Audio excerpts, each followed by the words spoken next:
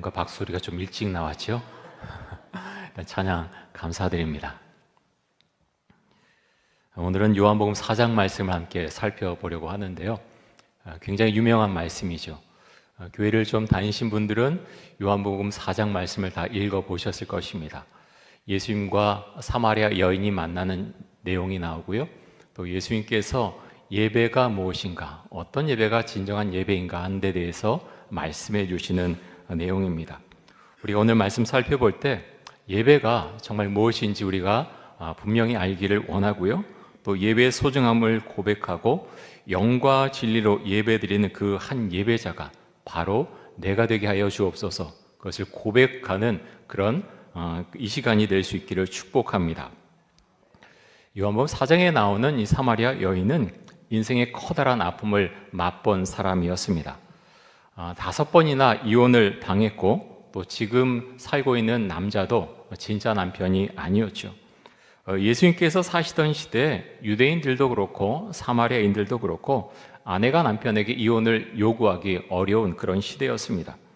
사마리아 여자가 지금 6번째 남자 살고 있다고 하는 것은 그 전에 이 사마리아 여자가 5번이나 남편들에게 버림받았을 가능성, 그것이 굉장히 많다라는 것을 우리에게 알려주죠.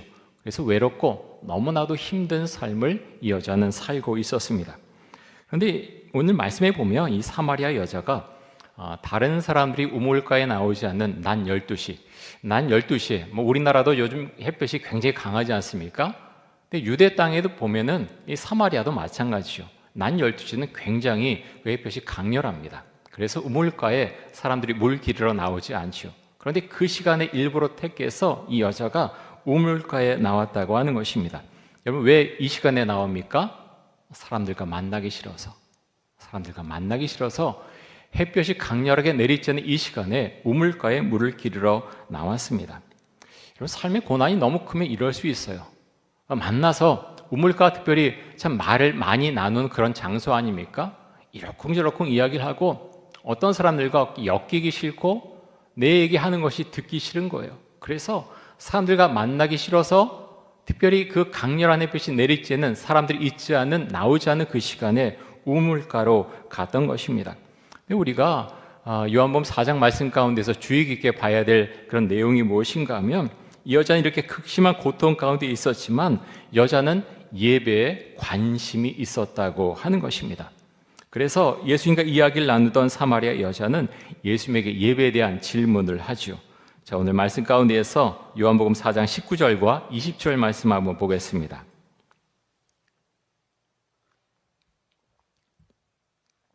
여자가 이르되 주여, 내가 보니 선지자로소이다. 우리 조상들은 이 산에서 예배하였는데 당신들의 말은 예배할 곳이 예루살렘에 있다 하더이다.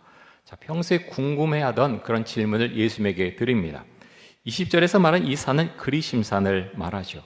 사마리아 사람들은 그리심산에서 예배 드려야 된다 이렇게 주장을 했고, 또 유대인들은 예루살렘 성전에서 예배 드려야 된다 이렇게 주장을 했죠. 근데 여러분, 살아가는 것이 너무나 팍팍했을 이 사마리아 여자는 왜 이런 것이 그렇게 궁금했던 것일까요? 만난 지 얼마 되지 않은 예수님에게 왜 이런 질문을 했던 것일까요? 저는 이런 생각했습니다. 살고 싶었기 때문이다. 너무나 살고 싶어서, 삶의 의미를 발견하고 싶어서 예수님에게 지금 예배에 대해서 질문하고 있다. 저는 본문을 그렇게 읽었습니다. 2차 세계대전 당시에 아우슈비츠 수용소에서 있다가 살아난 분이 계시죠. 유명한 빅터 프랭클리라고 하는 분이 계신데요. 이분이 죽음의 수용소라고 하는 책을 썼습니다. 이분 정신과 의사입니다. 그런데 아우슈비츠 수용소에 갇혀 있을 때 이분은 삶을 포기한 사람들을 참 많이 봤다는 이야기를 합니다. 삶을 포기한 사람들의 특징이 여러 가지가 있는데요. 그 중에 한 가지가 이 수용소 안에서는 담배가 굉장히 중요한 그런 물품이었는데, 그토록 귀하게 담배를 모았는데 어느 한순간에 꼭 멍한 사람처럼 한꺼번에 그 담배를 피우는 사람들이 있다고 합니다. 그 사람들은 얼마 가지 못해서 죽는 것을 빅터 프랭클이 목격했다라는 이야기를 합니다. 이런 삶을 포기한다고 하는 것은요, 삶의 의미를 잃어버렸다고 하는 그런 뜻입니다.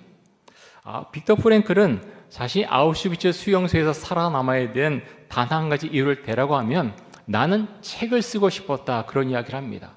이 전쟁 때문에 갑자기 끌려오는 바람에 써둔 원고를 전부 다 잃어버렸습니다. 그래서 빅터 프랭클의 마음 가운데 이런 마음이 있었던 거예요. 정신과 의사였는데 내가 어떻게든 여기서 살아남아서 내가 이 책을 다시 쓸 거야, 원고를 다시 쓸 거야, 그 마음을 붙잡고 있었다고 하는 것입니다. 여러분, 우리에게 그 인생의 의미, 삶의 의미를 아는 것은 대단히 중요합니다.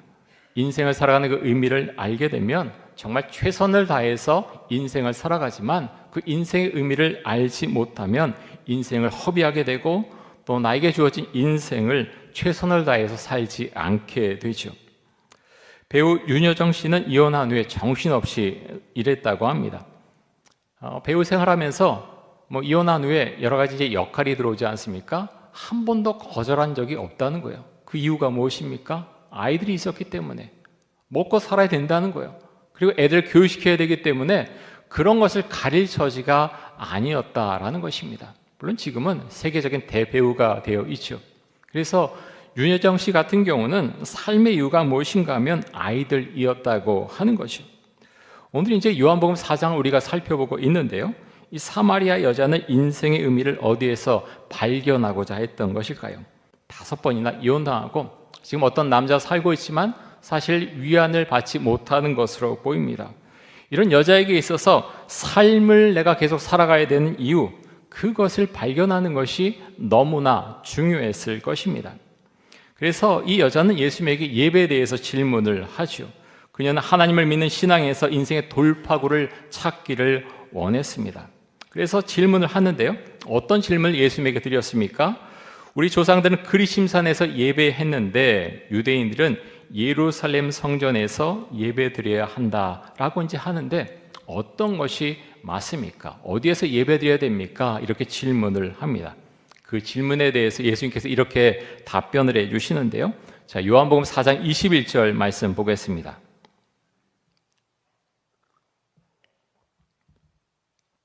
예수께서 이르시되 여자여 내 말을 믿으라. 이 산에서도 말고 예루살렘에서도 말고 너희가 아버지께 예배할 때가 이르리라. 자, 말씀을 잘 보십시오. 예수님께서 뭐라고 말씀하십니까? 여자에게 이야기를 할 때 여자 내 말을 믿으라.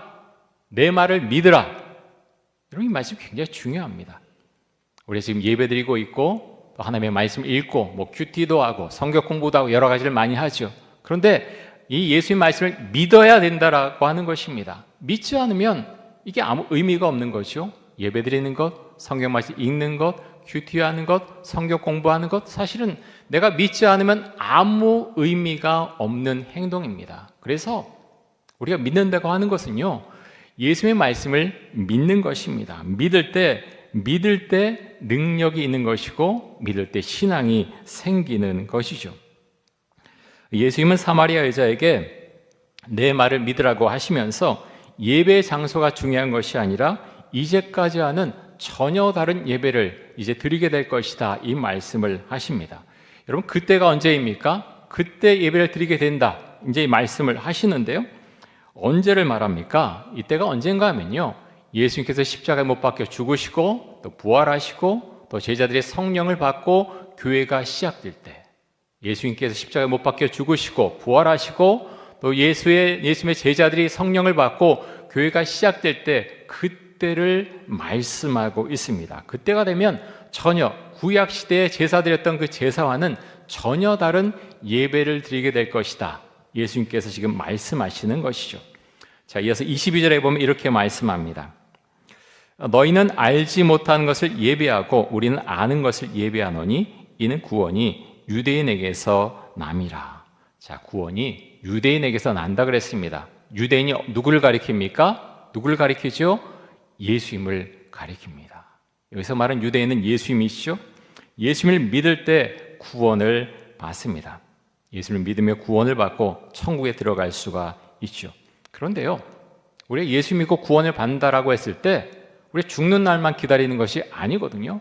내가 예수 믿고 구원받았는데 그 구원은요, 전인적인 구원을 말씀하고 있습니다. 여러분, 전인적인 구원이 무엇입니까? 내가 예수를 믿기 전에는 내 마음이 너무 우울했습니다. 살아온 과거가 너무나 원통하고 또 어려운 과정에 자라왔고 내 마음속에 어둠이 있고 우울이 있고 부정적인 것이 너무나 가득 차 있고, 하지만 예수를 만나고 나면 달라진다는 거예요. 전적인 구원은 나를 예수님께서 구원하셔서 내가 예수를 만남으로 부정적인 생각에서, 그리고 어두운 생각에서, 우울한 생각에서 빠져나오고 내 삶이 빛 대신 예수님으로 가득 차는 그런 은혜가 임하는 것, 그것이 예수를 만나는 것이고요, 또 전인적인 구원을 받는 것이다. 성경은 우리에게 그렇게 말씀합니다. 사마리아 여자는 삶의 막다른 골목 가운데 있었죠. 미래가 보이지 않았습니다. 그런데 예수를 만난 이 여자는요, 정말 놀라운 모습을 보입니다. 자, 28절과 29절 봅니다. 요한복음 4장 28절, 29절입니다.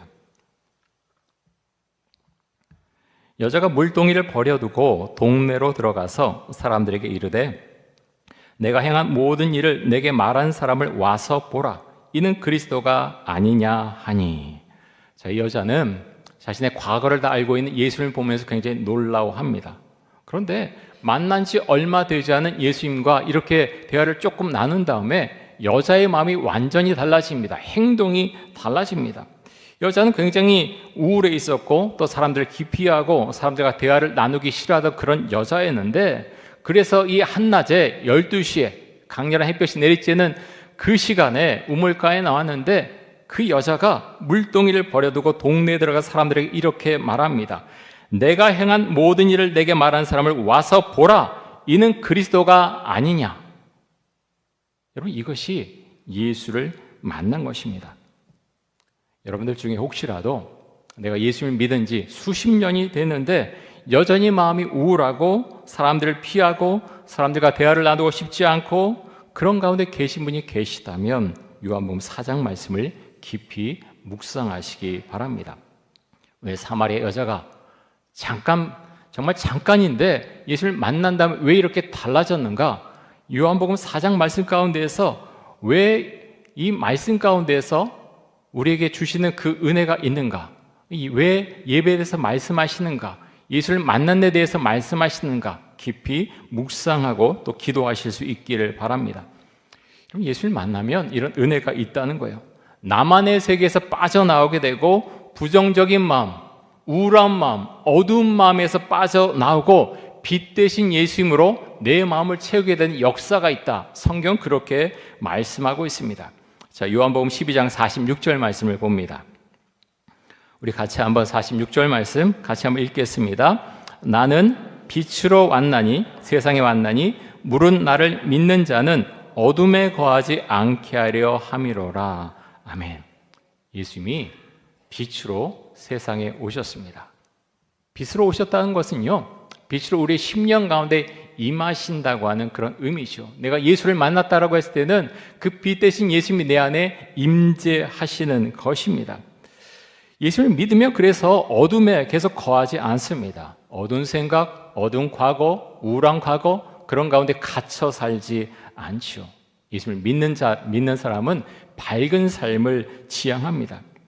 내가 예수를 믿는다고 하면서 기도도 많이 하고 있는데 예배도 많이 드리고 있는데 성경도 많이 읽는데 여전히 내 마음이 우울하고 어두운 터널 속에 있는 것 같다면 이 말씀, 요한복음 12장 46절 말씀, 이 말씀을 선포하시기 바랍니다. 빛으로 오신 예수님, 내 마음에 임재하여 주옵소서. 우울하고 어두운 마음을 쫓아내 주옵소서. 빛으로 오신 예수님, 내게 빛으로 임하여 주옵소서. 그렇게 선포하시고 기도하시기 바랍니다. 이것이 우리에게는 정말로 중요합니다. 우리가 세상 살아갈 때 어둡고 힘든 일이 얼마나 많습니까? 정말 많죠. 아무리 피하려고 해도 피할 수가 없습니다. 예수를 믿는 사람, 믿지 않는 사람 다 고난이 찾아옵니다. 무엇이 다릅니까? 고난을 대하는 모습이 다릅니다. 세상 사람들과 예수 믿는 사람들은 고난을 대하는 모습이 다르다는 거예요. 우리는 예수님을 바라보고 또 예수님을 의지해서 문제를 해결해 나갑니다.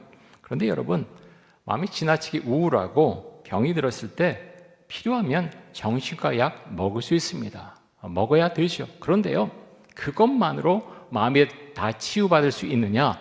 그렇지 못하다고 하는 것입니다. 왜 그렇습니까? 사람은 영적인 존재이기 때문에 그렇습니다. 그래서 빛 대신 예수님께서 반드시 우리 마음에 임재하셔야 된다고 하는 것입니다. 예수님께서 사마리아 여자에게 예배에 대해서 이렇게 말씀을 하셨는데요. 자, 요한복음 4장 23절, 24절 말씀 보겠습니다.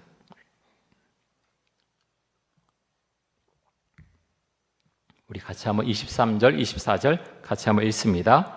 아버지께 참되게 예배하는 자들은 영과 진리로 예배할 때가 오나니 곧 이때라. 아버지께서는 자기에게 이렇게 예배하는 자들을 찾으시느니라.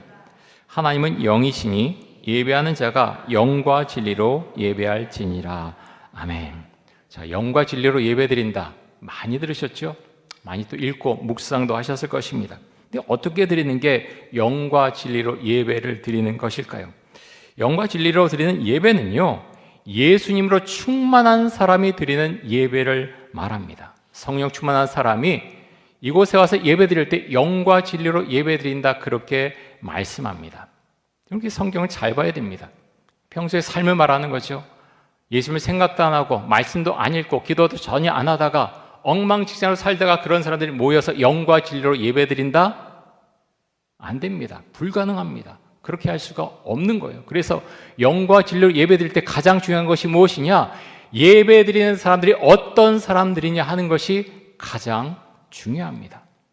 성령 충만한 사람들이 모여서 예배 드리면 영과 진리로 예배 드릴 수가 있는 것이죠. 여기서 말하는 영은 성령을 말합니다. 진리는 예수 그리스도 혹은 복음을 의미하죠. 그래서 영과 진리로 예배 드린다라고 하는 것은 그리스도의 십자가 복음으로 예배 드리는 것을 의미합니다. 영과 진리로 예배 드린다고 하는 것은 그리스도의 십자가 복음으로 충만한 마음을 가진 사람들이 예배를 드릴 때 영과 진리로 예배 드린다라고 말씀하고 있습니다. 요즘 수예배 시간에 이사야서 말씀을 보고 있는데요. 이사야 선지자는 주전 640년부터 주전 580년까지 약 60년 동안 선지자로 활동을 했습니다. 이때 유다를 다스리던 왕이 우시야, 요담, 아하스, 히스기야, 이렇게 4명의 왕들이었는데요. 그런데 이사야 선지자가 활동했던 이 시기에도 유대인들은 계속해서 예루살렘 성전에서 하나님께 예배를 드렸습니다. 그런데 이사 1장에 보면 하나님께서 이들에게 뭐라고 말씀하시냐면 더 이상 예배 드리지 말아라, 이렇게 말씀합니다. 자, 이사 1장 11절, 12절 같이 한번 보겠습니다. 제가 이 말씀 읽겠습니다. 여호와께서 말씀하시되 너의 무수한 재물이 내게 무엇이 유익하뇨? 나는 순양의 번제와 살진 짐승의 기름에 배불렀고 나는 수송아지나 어린 양이나 순염소의 피를 기뻐하지 아니하노라. 너희가 내 앞에 보이러 오니 이것을 누가 너희에게 요구하였느냐? 내 마당만 밟을 뿐이니라. 자, 예배드릴 때 많은 예물, 많은 제물을 드렸습니다. 그런데 하나님께서 뭐라고 하시냐면 이 더러운 제물 드리지 말아라 라고 말씀합니다. 그 이유가 무엇입니까? 너희가 내 앞에 보이러 왔다, 내 앞에 보이러 왔다, 이렇게 말씀합니다. 그러니까 도장 찍으러 왔다는, 얼굴 도장 찍으러 왔다는 겁니다. 그래서 이사야 선지자가 살던 시대 유대인들이 하나님께 많은 제물을 드렸는데요. 성전의 목적이 무엇입니까?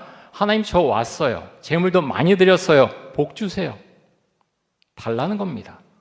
근데 이 사람들은 하나님께만 이렇게 했느냐, 그런 게 아니고요. 수많은 우상들에게 그때 함께 예배를 드렸는데 그 우상들에게도 동일하게 말했다는 겁니다. 많은 제물 드렸습니다, 복 주세요. 아무 신이나 빨리 복 달라는 겁니다. 여러분, 이런 예배 태도 하나님께서 경노하시는 거죠. 더 이상 내 앞에 나오지 말라라고 말씀을 합니다. 이런 사람들에 대해서 가증하고 더럽다라고 말씀을 하시죠. 여러분, 이런 예배는 당연히 영과 진리로 드린 예배가 아닐 것입니다. 지난 16일 큐티 묵상 간증에 보면 간증이 이런 간증을 했습니다. 이번엔 모태신앙인데요. 주일 예배 빠짐없이 드렸다고 합니다. 교회 안 가면 어머니가 혼냈기 때문에 혼나지 않기 위해서 주일 예배 빠짐없이 갔다는 거죠. 고등학생이 되면서 주일학교 교사도 하고 또 오후에는 찬양팀도 했는데요. 아마 작은 교회 같습니다. 그러니까 고등학생 때 주일학교 교사를 한 거죠. 그런데 어떻게 했느냐? 오후에 찬양팀 할 때 찬양만 앞에서 부르고 바로 그냥 빠져나와서 갔다는 겁니다. 그러니까 내가 하고 싶은 것만 하고 그냥 빠져나갔다는 거죠. 근데 아버지가 50대 알츠하이머 병에 걸리게 됩니다. 근데 그때부터 자신도 모르게 애통함으로 예배를 드리게 됐다라고 그렇게 고백을 합니다. 아버지의 구원을 위해서 나도 모르게 애통함으로 하나님께 예배드리기 시작했다라고 이 간증인은 간증을 하죠. 여러분, 그런데 많은 사람들의 모습이 정말 그렇습니다. 예배를 드리지만 간절함이 없는 예배를 드릴 때가 많이 있죠. 근데 언제 사람들이 영과 진리로 간절함을 가지고 애통함을 가지고 예배를 드리기 시작합니까? 인생의 고난이 찾아왔을 때. 내가 아무리 애를 써도 그 고난에서 벗어나지 못할 때 그때서야 간절하게 기도하기 시작하고 애통한 마음을 가지고 예배를 드리기 시작합니다. 그렇지 않으면 참 좋겠지요. 그런데 실제적으로 정말 그렇습니다. 내가 감당하지 못할 그런 어려움이 찾아왔을 때 비로소 간절히 기도하게 되고요. 그때서야 애통한 마음으로 영과 진리로 예배를 드리고자 하는 것이 바로 우리들의 모습이라고 하는 것입니다. 자, 오늘 말씀 가운데 요한복음 4장 23절, 24절 다시 한번 보겠습니다. 우리 같이 한번 읽습니다. 아버지께 참되게 예배하는 자들은 영과 진리로 예배할 때가 오나니 곧 이때라. 아버지께서는 자기에게 이렇게 예배하는 자들을 찾으시느니라. 하나님은 영이시니 예배하는 자가 영과 진리로 예배할지니라. 아멘. 하나님은 지금도 영과 진리로 예배드리는 자를 찾으십니다. 영과 진리로 예배드린다고 하는 것은요, 결국 그 사람의 심령 가운데 삼일체 하나님이 임재해 계실 때 그런 사람들이 모여서 영과 진리로 예배드릴 수가 있는 것이요. 평소에 예수님과 함께 살아가는 사람들이 모여서 영과 진리로 예배를 드릴 수가 있는 것입니다. 여러분, 예배를 삼하는 마음이 없으면 어떻습니까? 예배가 지루하게 느껴지죠. 지루합니다. 그래서 예배 시간에 습관적으로 늦게 오고 또 조금 바쁜 일이 있으면 예배에 안 오고 또 예배 시간에 다른 생각하고 예배 시간에 스마트폰 하기도 하고 어찌됐든 별로 예배에 흥미가 없습니다. 그런데 성경 뭐라고 말씀합니까? 하나님은 이런 예배를 받지 않겠다. 나는 이런 예배를 받지 않겠다라고 말씀합니다. 하나님을 믿지 않는 마음으로 하나님께 얼굴 도장만 찍고 가겠다라는 사람들에게 하나님께서 말씀하시기를 너희가 내 마당만 밟을 뿐이다. 이렇게 말씀을 하십니다. 여러분, 예배는요, 하나님을 만나는 시간입니다. 예배는 하나님의 이름을 높여드리는 시간이죠. 예배는 하나님의 말씀을 받는 시간이고 또 하나님께 영광을 올려드리는 시간입니다. 그런데 이런 예배를 올려드리는 사람들과 하나님께서 함께 하시겠다 말씀하십니다. 여러분, 우리가 그런 사람이 될 수 있게 원합니다. 성령 충만한 마음으로 이곳에 와서 영과 진리로 예배드리는 그런 사람들이 될 수 있기를 간절히 원합니다. 혹시라도 여러분, 그럼 나는 믿음이 없으니까 오지 말아야지. 그래서는 안 되겠죠. 하나님의 마음을 우리가 읽어야 됩니다. 왜 이렇게 강력하게 말씀하시는가? 이사야 당시에 유다 사람들이 하나님을 따르지 않았습니다. 예레미야 때도 마찬가지죠. 결국 멸망을 당했죠. 하나님께서 이렇게 강하게 말씀하신 이유는 내게 돌아오라고 말씀하시는 것입니다. 내치려고 말씀하신 것이 아니라 내게 돌아와서 나와 함께하자 하나님께서 말씀하시는 것입니다. 우리가 그런 하나님의 마음을 알고 받아들일 수 있기를 원합니다. 아까 예수님이 사마리아 여자에게 말씀하시기 전에 여자여 내 말을 믿으라 라고 말씀하셨죠. 그 말씀을 마음속에 담으시기 바랍니다. 주님께서 말씀하실 때 이 말씀을 믿으라 라고 하셨을 때 아멘 주님 제가 믿습니다. 그것을 마음에 받아들이고 고백하고 그 말씀 가운데서 살아가는 여러분과 제가 될 수 있기를 간절히 원하고 축복합니다. 우리 함께 기도하겠습니다. 이 시간 기도할 때 전인적인 구원을 받게 하여 주옵소서. 예수를 만남으로 어두운 과거와 어두운 마음에서 벗어나도록 해주시고 빛 대신 예수님을 마음에 받아들이게 하여 주옵소서. 우리의 삶으로 하나님께 영광을 올려드리게 하여 주옵소서. 성령 충만한 삶을 살아가게 하여 주옵소서. 영과 진리로 예배드리게 하여 주옵소서. 우리 함께 통성으로 기도합니다. 사랑의 주님, 하나님 아버지, 하나님, 우리가 온전한 삶을 살기를 원합니다. 참으로 삶이 팍팍하고 하나님, 나를 힘들게 하고 어렵게 하는 일들이 얼마나 많은지 모릅니다. 하나님 아버지요, 그럴지라도 하나님께 우리가 나오는 것을 우리가 하나님 거부하지 않고 또 그 시간을 지키며 주님께 온전한 예배를 올려드릴 수 있기를 간절히 원합니다. 영과 진리로 예배드리라고 말씀하셨습니다. 하나님 아버지요, 우리가 복음을 마음속에 받아들이고 빛 대신 예수님 우리의 마음속에 받아들이고, 그래서 하나님 아버지요, 성령 충만한 가운데서 이 세상을 살 수 있기를 간절히 원합니다.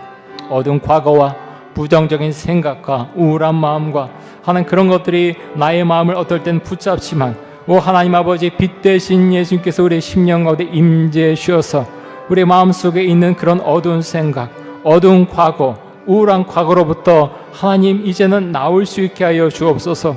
빛 대신 예수님께서 내 마음에 임재하여 주셔서 밝음을 보도록 해주시고, 예수님께서 나에게 말씀하신 것을 따라가며 그 말씀 가운데 승리하는 삶을 살아갈 수 있기를 간절히 원합니다. 하나님, 은혜를 주옵소서. 하나님, 은혜를 주옵소서.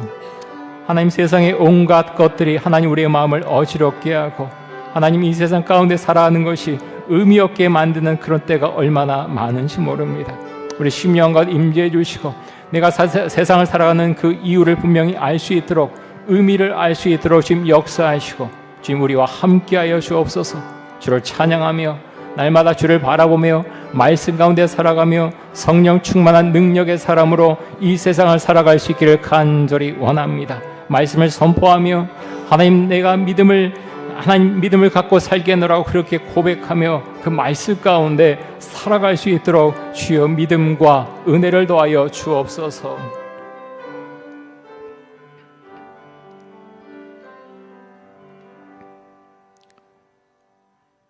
사랑의 주님, 때로는 우리의 마음이 흔들리고 때로는 우리가 겪는 여러 가지 일들로 인해서 마음이 많이 어렵습니다. 하나님, 그럴 때마다 주의 말씀을 붙듭니다. 나의 말을 믿으라 하신 그 예수님의 말씀을 우리 마음속에 그대로 받습니다.